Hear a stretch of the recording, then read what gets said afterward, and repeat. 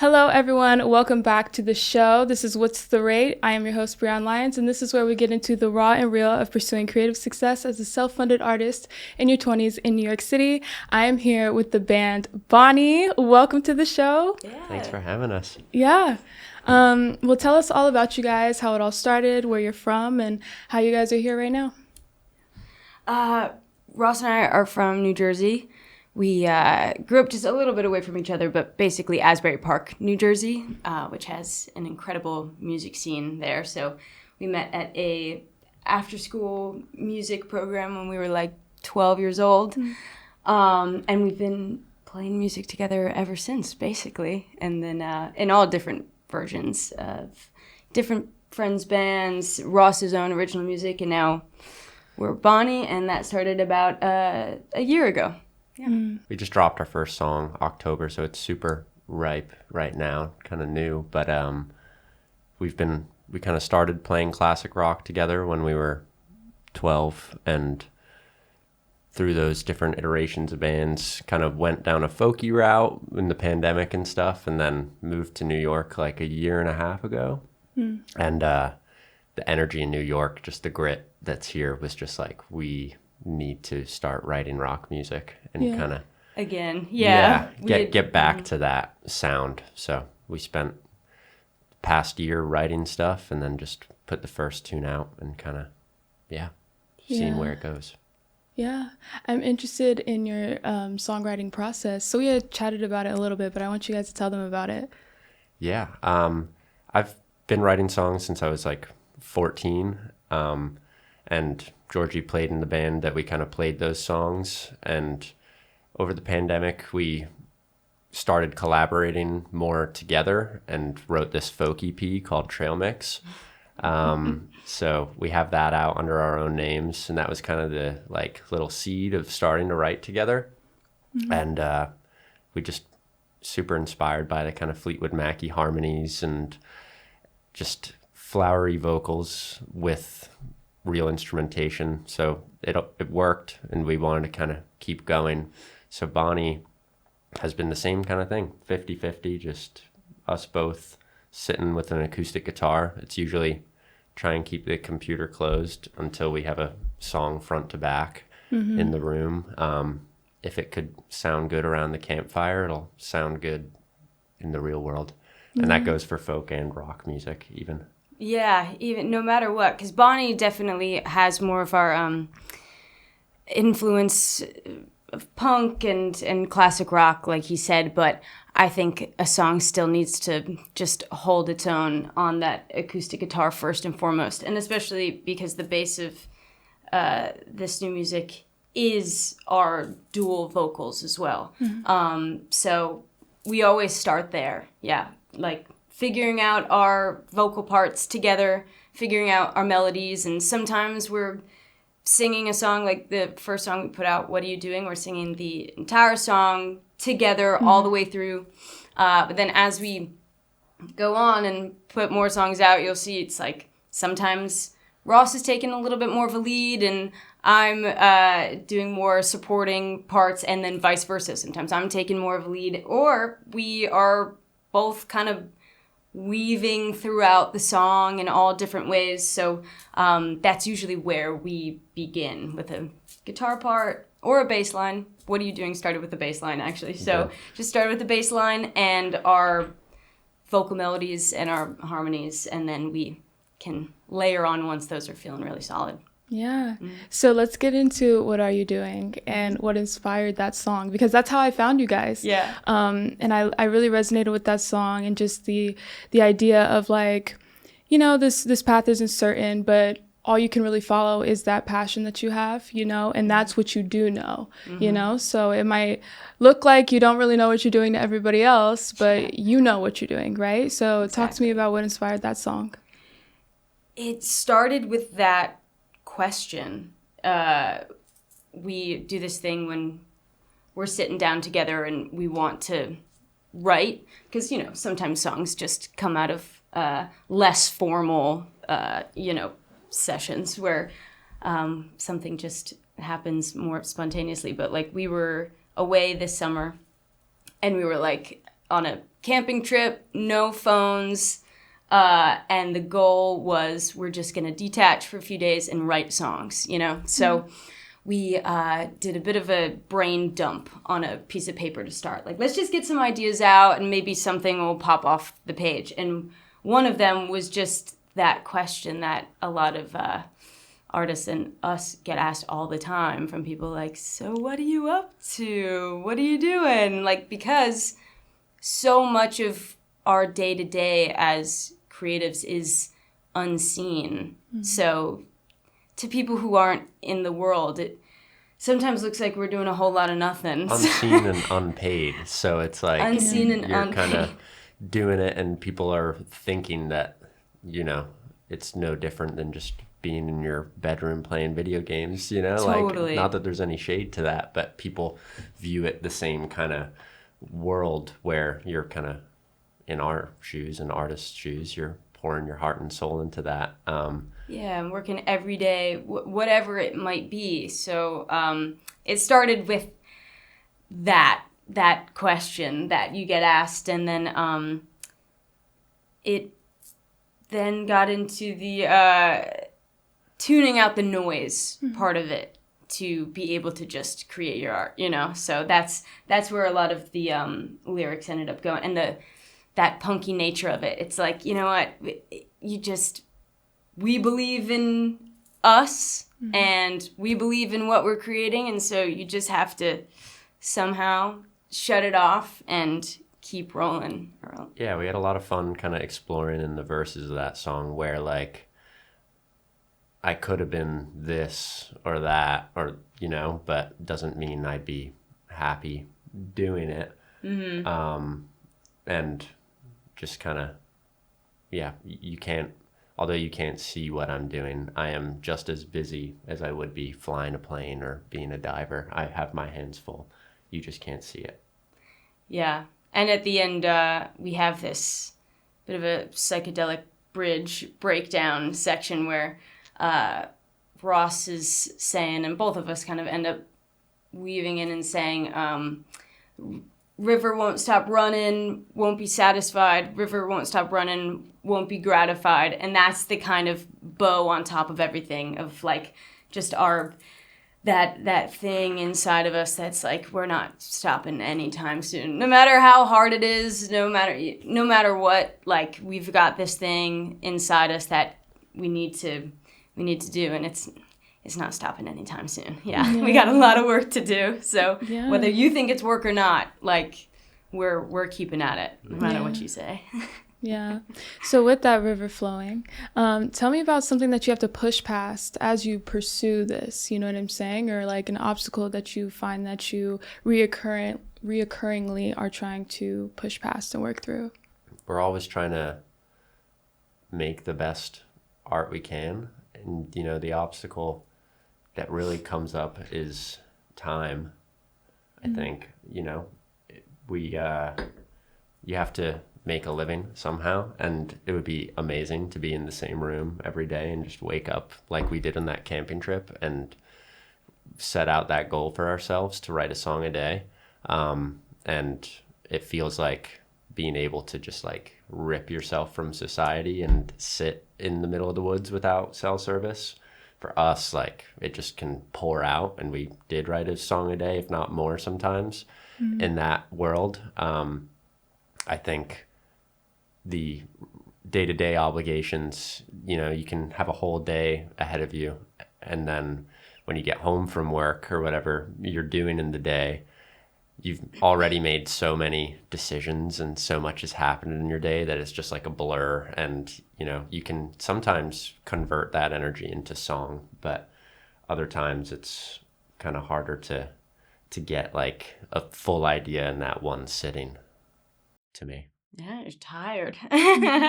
So prioritizing, like, that's something that we've definitely learned this year, being that we are so motivated to create and keep writing songs and everything else that comes along with it too, you know, making content now, of course, to like put on. So there's so many different parts to it that we want to do, and we want to put our all into it always. So realizing that, like, yeah, maybe when we get home at 8:30, 9 p.m. or whatever, maybe we are a little bit too beat to create a full song right then and there from scratch, like, and have our full attention to it, like we want. So prioritizing the times to do it has been really important to us, like prioritizing just the moments where we can sit down, again, tune it out and just hone in, because we do have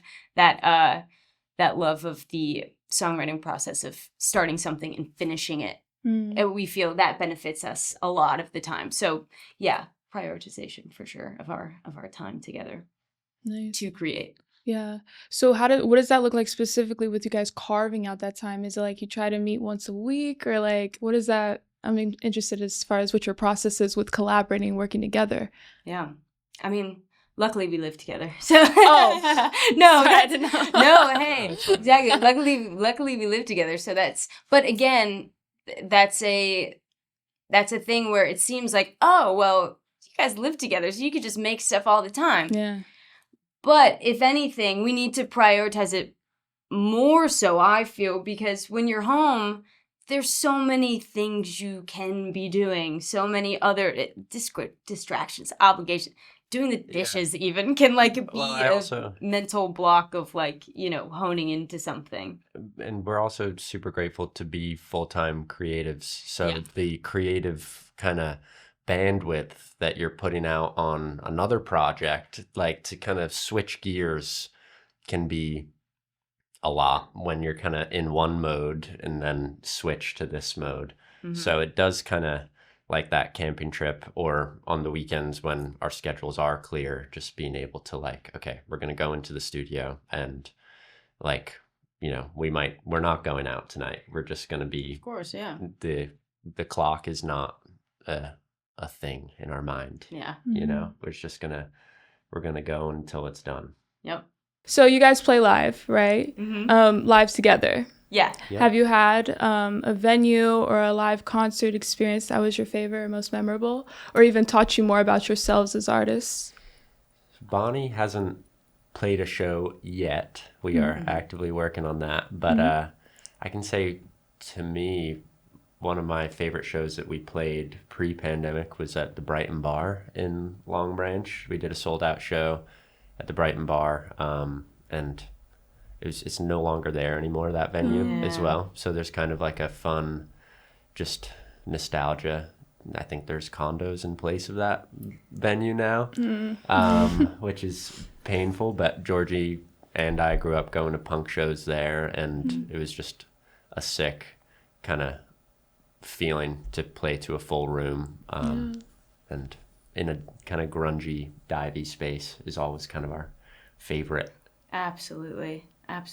No, there's so many incredible venues that we grew up either going to shows to or playing that are no longer. So we always try, especially in New York too. It happens everywhere. So that was Long Branch, New Jersey, but it's happening here too. So we try and support our local music venues as much as possible. 100%. But we also grew up playing at the Stone Pony, which is just a legendary, such an iconic space. It's crazy to say that we grew up playing there, because I mean, it's a stage that like still I can't wait to go back. Like we growing up in that music school environment, they luckily had the ins to get us to play gigs there, and so being able to have that experience at such a young age, it's like we just can't wait to get back on it in this new adult, fully formed version of ourselves. We were like 18 playing those shows at bars where it was like, okay, once you're done with your set, you have to get out because you're not meant to be in here. Yeah. So it's fun to kind of. We've played a couple shows in the city with my folk music and stuff, but we're super excited as the rock band to get back out there. Absolutely. Yeah. Wow. So tell me about what you guys want to bring with Bonnie that's different, you know? I know you guys have influences from like Fleetwood Mac and like bands like that, but tell me about what you want to bring with you and what you want to, I don't want to say reinvent, but what your own flavor is to this style. Our main influences are definitely retro 60s, stemming from the New York bands of that era that I love, like the CBGB era of New York is so inspiring, and the even earlier the Patti Smith and the Velvet Underground of it all, and their just raw artistic expression, and it's just so inspiring. And then Ross has his whole family, they're all from the UK, so we also have a lot of British influence as well. But it's that something that's really important to us is, although Bonnie does have this retro heart to it, still making it fresh and new, you know, because that's always a priority for us. And I think the dual or co-lead vocalist is something that we just don't see often, and that's something that we've been doing together for so long that it's our favorite thing. We just love singing together, and so it wasn't even a question when we were making this band. It's just like, it's two lead vocalists, you know? So that's something that I think we bring that's dynamic and not very common. And so when we are building our live set, playing off of each other in that way, the back and forth and the high energy of it all is something we think about. The high energy too, just bass line. We want to make a fun rock and roll show. So yeah, I think the vocals take that kind of Fleetwood Mac inspo, but then the music's a little edgier. Yeah. And I've been trying to produce the records where we're kind of following very old school techniques in the studio with our mic placement, and the gear that we're using is kind of vintage inspired. We're running all our guitars through a tape machine in our apartment. So it's analog. Everything's analog. Wow. So it's kind of, that's our main, on the way in, capture it the way people used to, but then how can I mix it like a new record and kind of try and just commit all those analog choices and then mix the record to compete with what's out there right now. Okay. That's really cool. Yeah, I knew that because I did like this internship where I was like recording music, and the whole LA2A, the API and all that stuff. I got to like see and learn and work with that gear. So I was like, oh, wait, I know what you're talking about. Yeah, it's such a treat. Yeah. It's Definitely. awesome. Yeah, so but playing live, I just think that must be so exhilarating.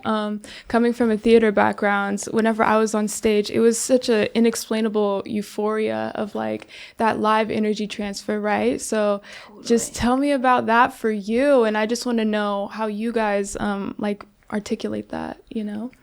I think Georgie's an actor as well, has plenty of stage experience as well, so I think it's so much fun vocally to be interacting with each other, but what's even more fun is just the loud guitar amps. And right now our setup is a 3-piece. We have a drummer, and we kind of like the idea of it being pretty raw right now like that.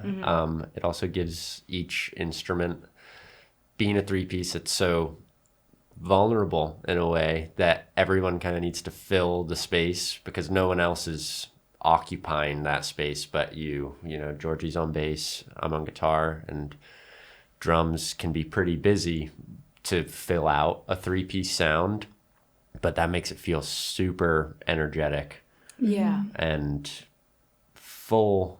And I think we're inspired by a lot of 3-piece bands, Totally, from Cream in the 60s, 70s, and even 90s, Nirvana. We also grew up playing rush. I wouldn't say they're like a...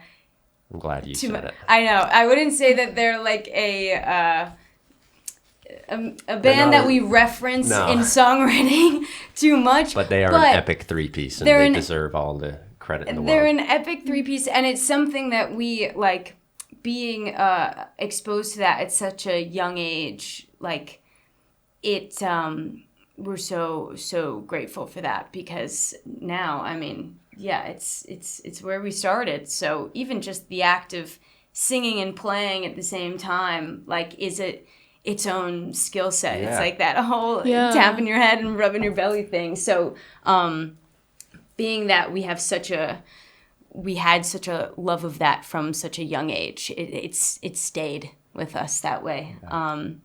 And even I'm thinking about yesterday, like, we were just practicing with our drummer yesterday, and the feeling that we get even there after we finish a song and it goes really well, we're all like wired. It's just so it's nothing like it when you guys just when the three of us really get in it, and the energy is going back and forth, and so much unspoken magic happens, for lack of a better word, you know, when you're playing a song with other people and you're not talking about what you're doing. Of course you know what notes you have to play and the general structure, but then something else happens when you really get into it and you all are there, and it's just, there's nothing more exciting. That's what it's all about, man. I think the kind of playing together, I grew up just...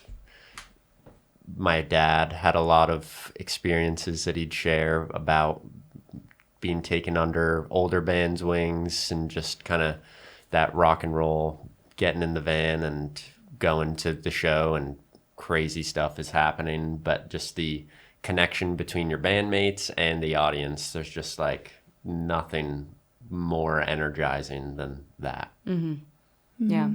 Yeah. Being able to bond on a level that's not in the 3D, you know? Totally. It's you like, can see it. It's just a feeling. It's just a feeling. It's its own thing, and it's on its own like ether, you know? And to have friendship on that ether as well, outside of here, that is so special. Trust too. A lot of trust. Even like Georgie went yesterday, speaking of practice, like Georgie went to the bathroom, and our drummer and I are just like having a conversation, just noodling on our instruments, just until she got back. And it's just like, we just started playing random stuff, but it's so much fun. Building that it's its own bond, you know, building that musical bond, and trusting in each other that way, that it's like, you just allow spontaneity because you trust in each other, you know? So if we have like a section where it's a little more jammy, right? Like a solo section or whatever, we just follow it along, like, and see where it goes, because we trust the space that we're in. We trust each other that we're gonna find it, and we listen to each other, and so it's a beautiful feeling when you have that when you find that with people, you know, because it's like anything, you're not gonna have that with everybody. So I think a reason why, like, we always feel so grateful for this connection that we have, is because we had something when we were kids that, like, we gravitated towards each other, because we were in a whole group, and we're still friends with so many of them to this day. They're all incredible musicians that we grew up with, but there was just a little something that we had from the get-go that we felt really connected to each other, and then we've had 10 years of building it. So although Bonnie's a new band, it's also not a new band in the way where we have 10 years of playing with each other under our belts, which is just a connection that we're so grateful to have. Wow. I really do love that for you guys. Thank you. I'm excited for you. Like, you know, like, to be in this element with like people you trust and your best friends and people who know you, like really, really know you, you know, man, that bond is, like you said, it's really special. You know, man. So how do you go about keeping it afloat? I mean, like financially, you know, and only go as deep as you are comfortable with going. But like, how do you guys maintain like living in the city? Yeah, I mean, we're lucky to kind of, since I was a kid, I've been investing in recording gear, and it feels like Nice. that stuff's like behind me. I have it now, so we can kind of cut our own records at no cost. I've been engineering, producing, mixing, and mastering all of our stuff just in-house, so that makes it nice that we're not going in the hole that way. And then, yeah, we have our kind of creative outlets that do make us money outside of that. Whether it be engineering at a studio I've been working at, and then producing other artists.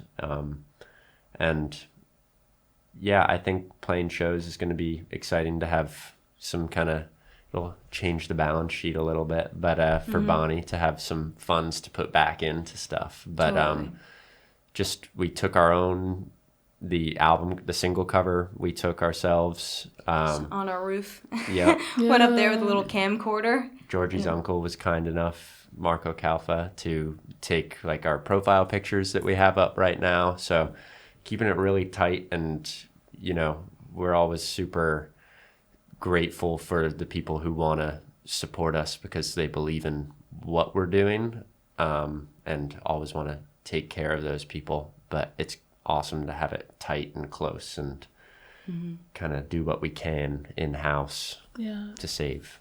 Absolutely. I think we both always feel so grateful to have our whole lives are artistic to an extent. You know, even what makes us money,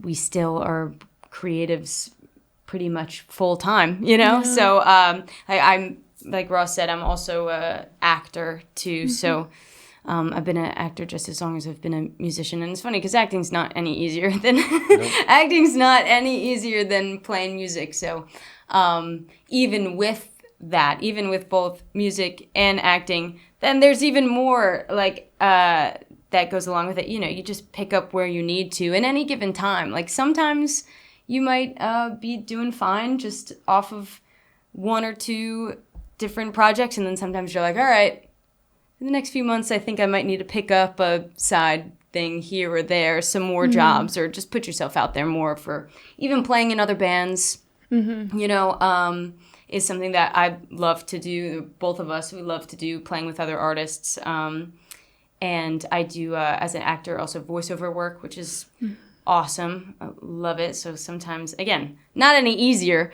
but you have, when you have so many different outlets and things and what, you know, they all support each other and help each other out to, have a full creative schedule is absolutely incredible. Yeah, I had a mentor tell me as I was kind of graduating college that, like, kind of as an artist, it wasn't even specifically as an artist, but you can have a patchwork career where it's like you just need to, the one thing isn't gonna cut it. You need 5 or 6 and figure out how each little piece kind of makes the one puzzle.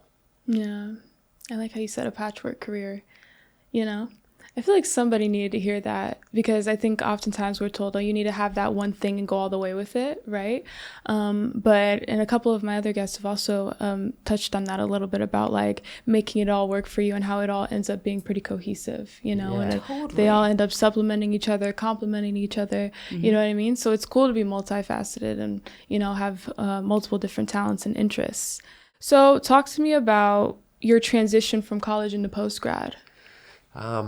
Yeah, I went to business school, which was, okay. I'm not necessarily doing that, but I went to business school, and the whole time, I mean, I also went to college. I'm not sure yourself, but pandemic hit my spring semester of freshman year. Mine too. Yeah, so oh my God, that kind of throws a wrench in that whole experience. Makes it a unique one, I guess, but I was the whole time in business school, if anything, getting to do all my classes at home, and I could just be making music with my camera off. But I otherwise started working at a studio the summer of junior year. And I remember Georgie and I being on a camping trip in the Smoky Mountains and having like, I was working a coffee shop job on the weekends during college, but we went to the Smokies. It was my 21st birthday, I think. Mm-hmm. And I just remember feeling like I have no money and we are in the middle of Tennessee camping right now. But I had like this little fruit hanging of the engineering job at Atlantic Records in-house studio. Wow. As an assistant. And it was kind of just like, we're going to get back, and then a week later I go and see if they like me at all. So that worked out. I kind of through that summer worked as an assistant in Atlantic, and then senior year they kept me on, just like some off days that I had of classes I could work there, and then they brought me on full-time as an engineer when I graduated. So super grateful for that. And it gave me before that I wasn't anticipating going into music. I knew I'd never stop playing music, but I was doing a marketing internship. I was like completely in a different headspace. And that just worked out and gave me the confidence I think I needed to be like, no, I can't do anything else. What was I thinking? I don't regret the business degree at all. I learned a lot, and I think it helps me kind of stay on top of things. If anything, it taught me just how to manage my time, and a load of other things. But I think I'm grateful for how that journey kind of took me out of thinking I was just going to sit behind a desk and do marketing stuff. And here we are, still at that studio. And it's kind of feels now especially that this is where I'm at, and it all played out the right way, I think.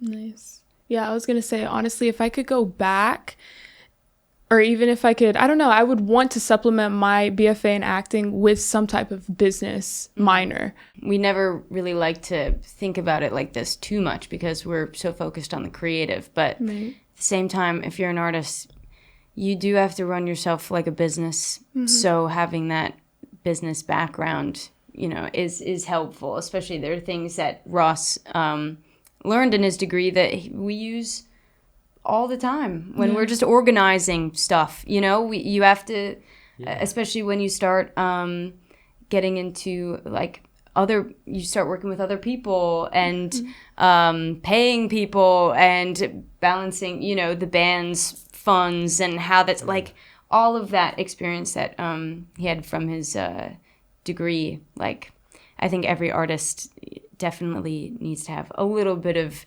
that base business knowledge. I think it made me a more empathetic person going to college too, and like a liberal arts kind of school. I did a minor in global sustainability, just like halfway through decided to add that on, and it just like totally outweighed the I had so much more interest in that than the business degree towards the end. Just like the classes that I was taking, learning a bit about sociology and the planet and just all that, really, I feel like a better person for having done that. Whether I don't use it necessarily every day, but it just kind of walking around and thinking about your consumption and your impact on the earth and stuff. I think I'm grateful to have gone to college for that. Didn't need to, but it just worked out that I learned that while I was there. Yeah. So tell me about your experience and just like how you got out here to New York, and also just like when that moment was for you when you were like, no, I'm actually going to do this full time in my adult life. Yeah. So I've been acting since I was a little kid.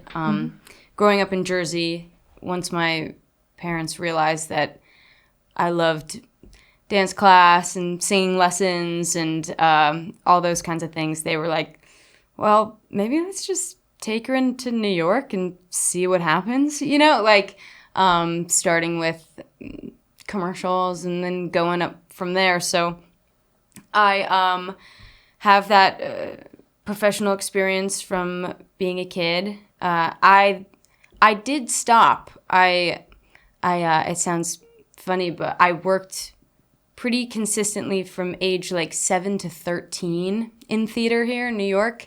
And by the time I was 13, I was kind of burnt out. I wanted to just like go to the park with my friends and not do 8 shows a week, and which sounds hilarious now, but in retrospect, a 13-year-old, that's how I was feeling. So my parents, have always been incredibly supportive, and so they were like, all right, if you don't want to do it, then you're done. So I had a few years of just going to school every day, like normal.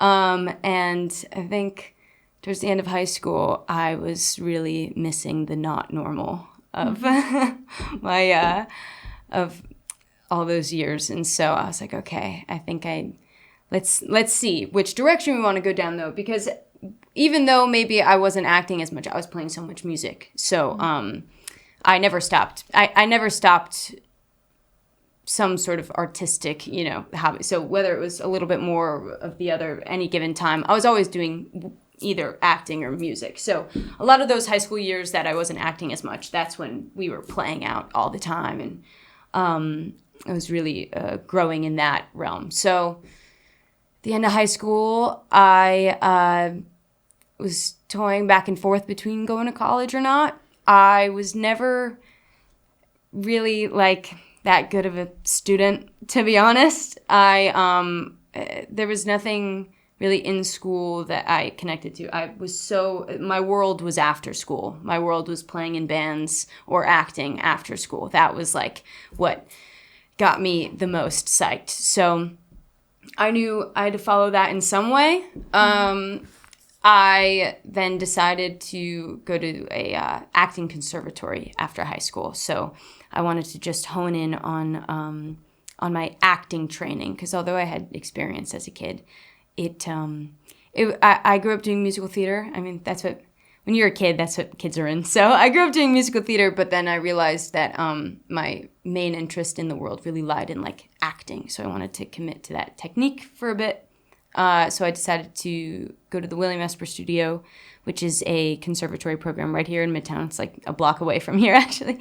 And I absolutely loved it.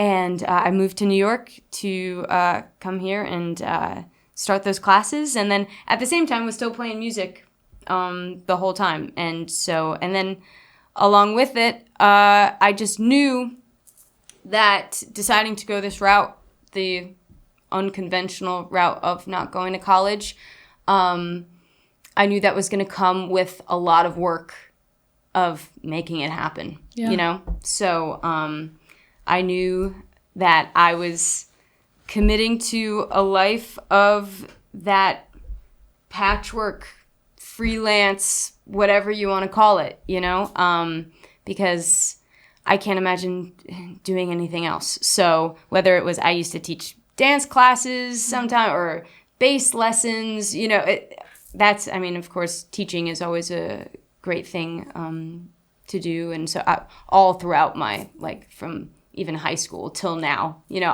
I'll teach anything from acting to dance to bass lessons or whatever. So, and then I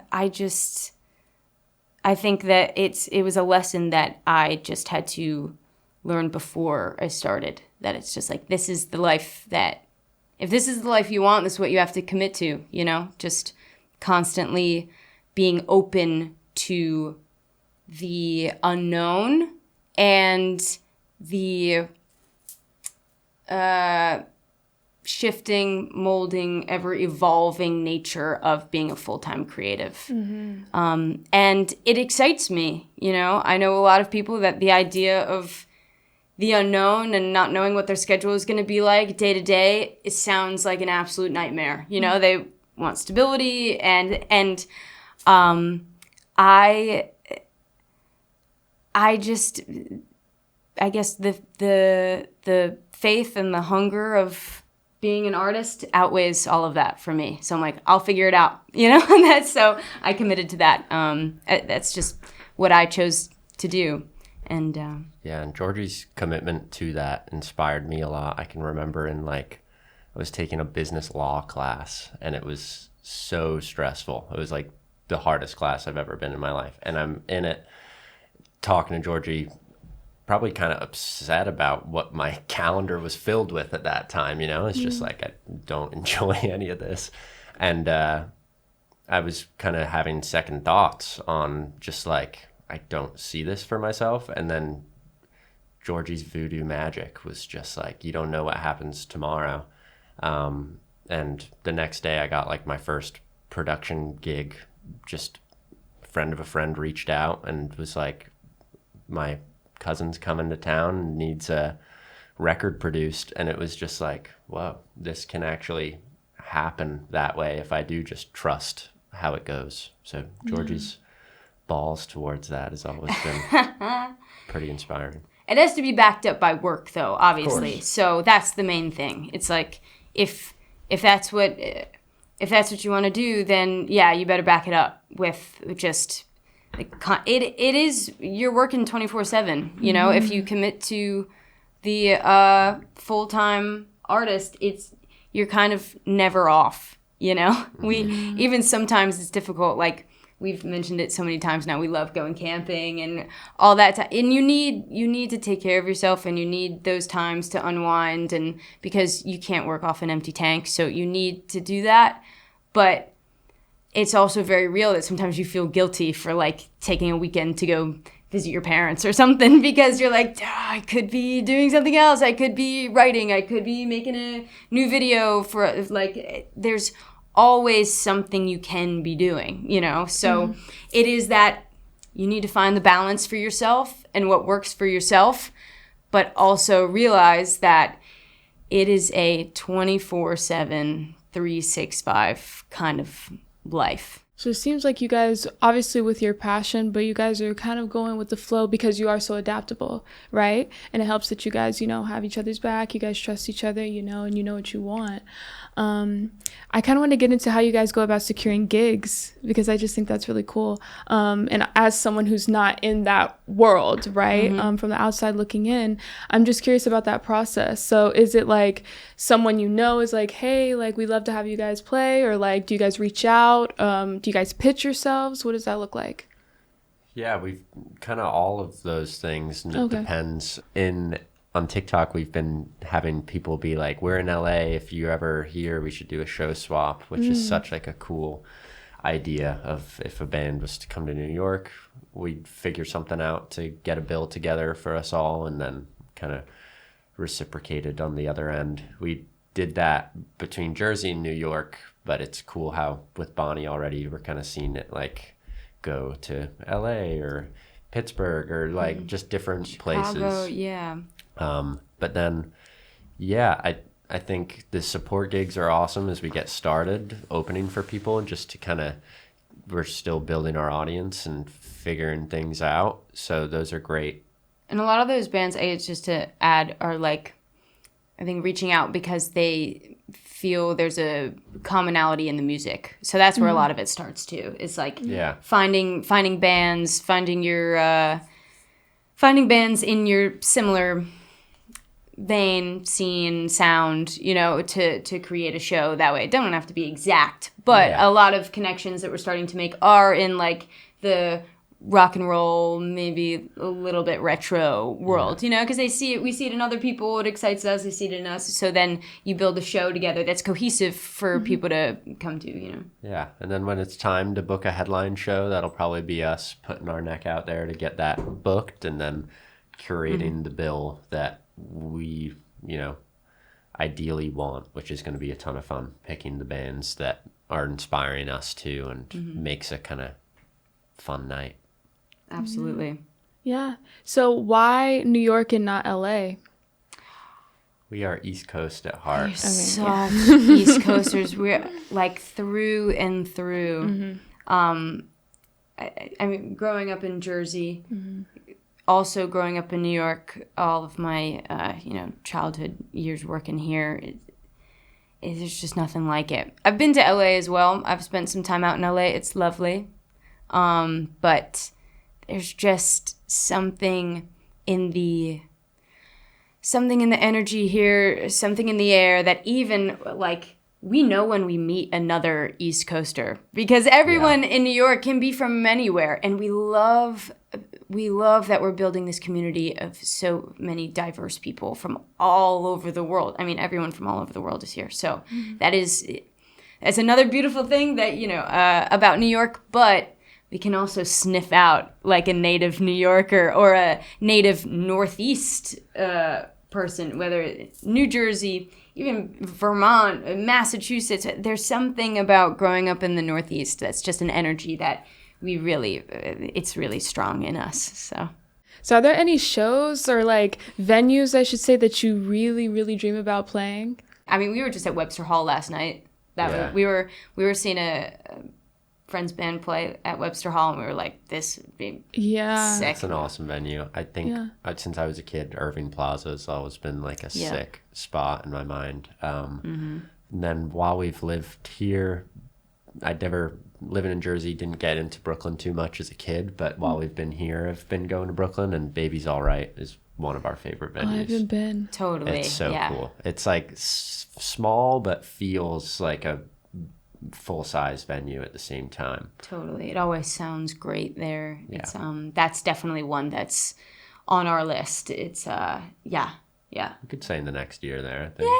Yeah, totally. Cool. I could see you guys playing at Public Records. Have you been? Yeah, I've been to Public Records. Right? I love Public Records. I saw Jameson there, and I'm gonna see him on Tuesday I'm gonna see him at Warsaw.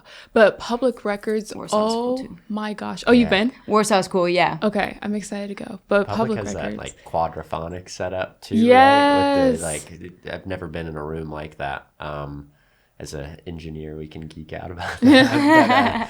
But, it's very cool spot. Yeah, and like the speakers are like just right in front of you. He had it to where it was a no phone show. Nice. Nice. Cool. Yeah, and it was the best 3 hours of my life. I will say I loved that concert. Do you guys listen to Jameson at all? No. It sounds like we need to though. Yeah. Yeah, very visceral, very raw. I also love his lyrics. Cool. Yeah.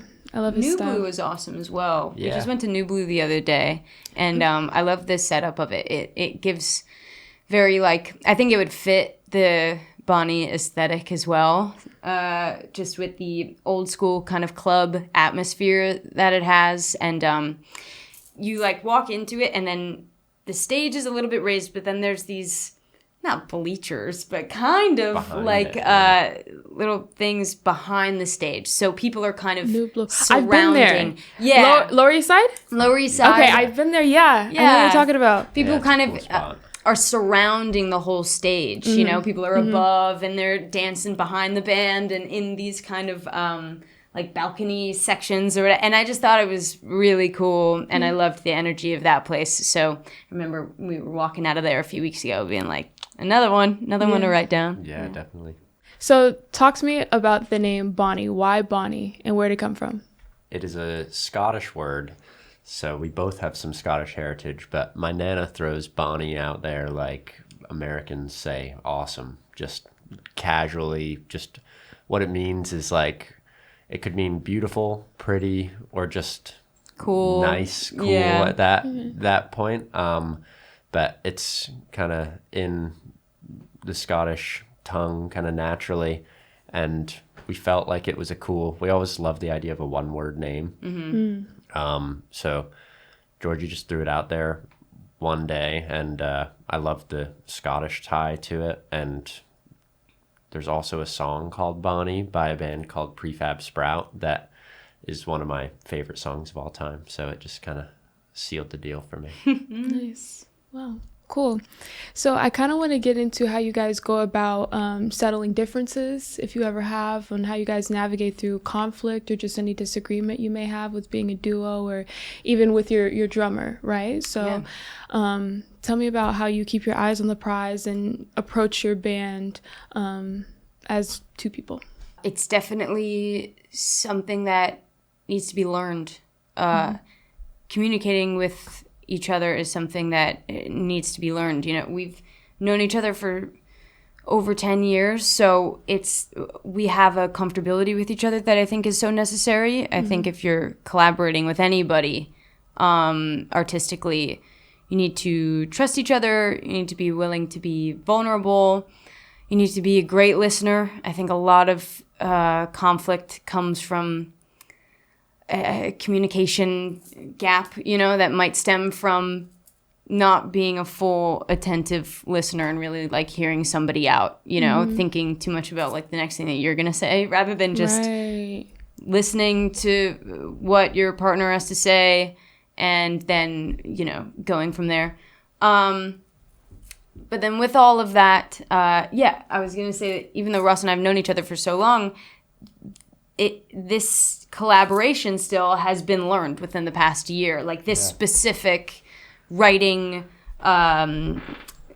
collaboration, it's been learned in just the way where I think it's helpful that we're very clear on the message of BONNY, the goals, the even getting down to like the aesthetics, the influences, having all of those really set in stone from the get-go makes us feel like we're both on the same plane, so that there's no questions that are still left to be unanswered, like having a lot of baseline goals set and sealed with each other has been great. And then something that Ross especially, I feel like, has been, he's always really good at, and then I've been inspired to get better at too, is you're not going to like everything that your collaborator has to say. That's what collaboration is. It's a back and forth, right? But rather than just saying, no, I don't like that, or no, the power of like the suggestion, rather than just like shutting something down, right? So if someone brings an idea forward, even if right away there's something about it that maybe you're not connecting with, sitting with it for a second, maybe hearing it, maybe it's like a guitar part or something, right?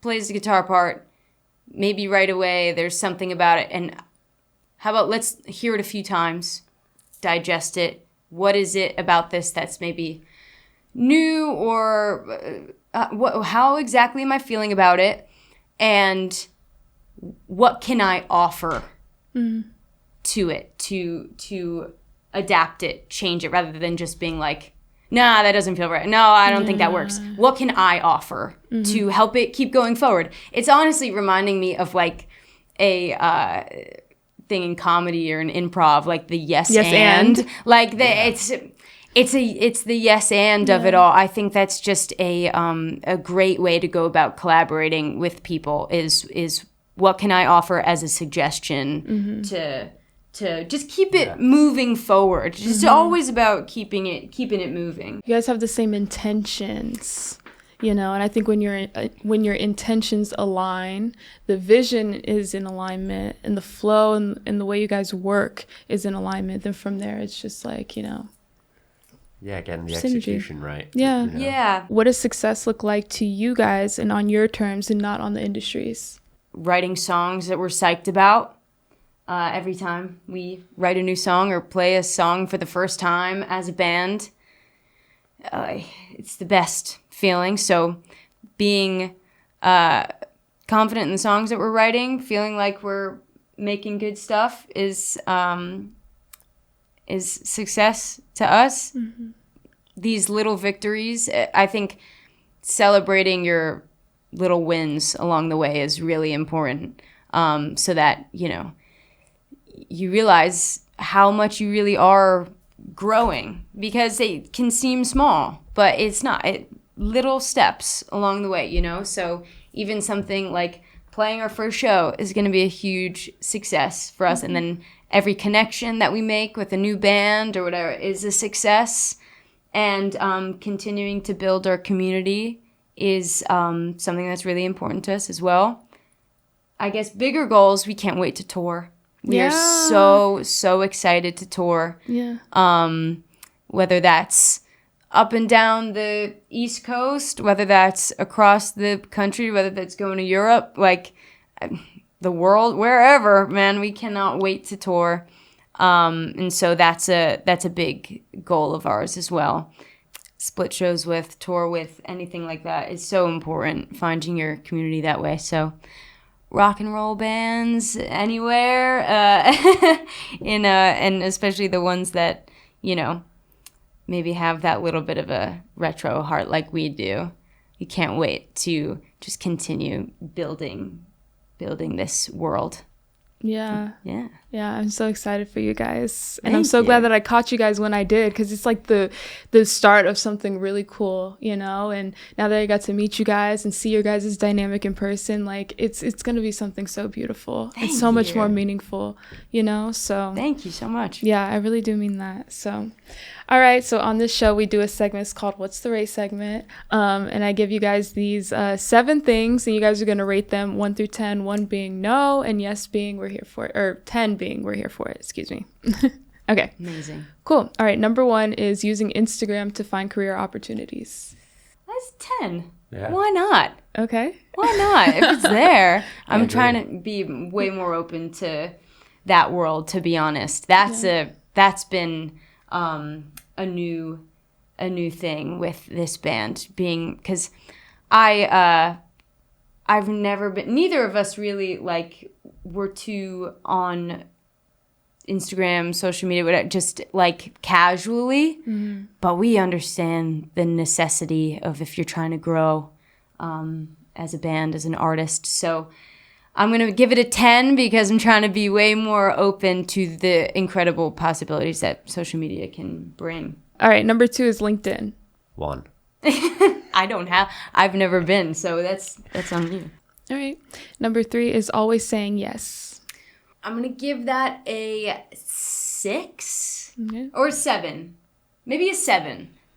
Because I think my first instinct is always be open to the possibility of whatever it might be, an opportunity, collaboration, but making sure it aligns with your artistic, what's the word I'm looking for? Your artistic identity. Making sure that every opportunity that comes aligns with your artistic identity is still very important. Not just doing it because it's there, and because then, you know, you might find yourself in certain situations and you're like, I don't know if that was the right fit, you know, just because it was an opportunity. That's a hard lesson. It's, even in acting, that applies to so many people, because we're so psyched by every opportunity that comes along, because that's what we want. We want to, it's such a gift to get an offer of an opportunity that your first instinct is just to say yes to everything.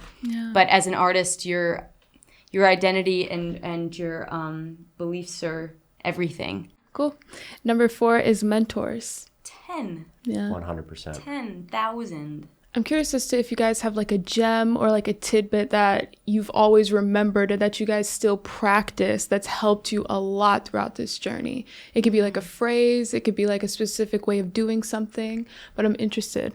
I mean, from my earliest memories as a kid, my dad just told me to never half-ass anything. Nothing. Just don't do it if you're not gonna give it your all. Every opportunity that you're given is a gift, and you better bring it. So I bring that into everything that I do every day.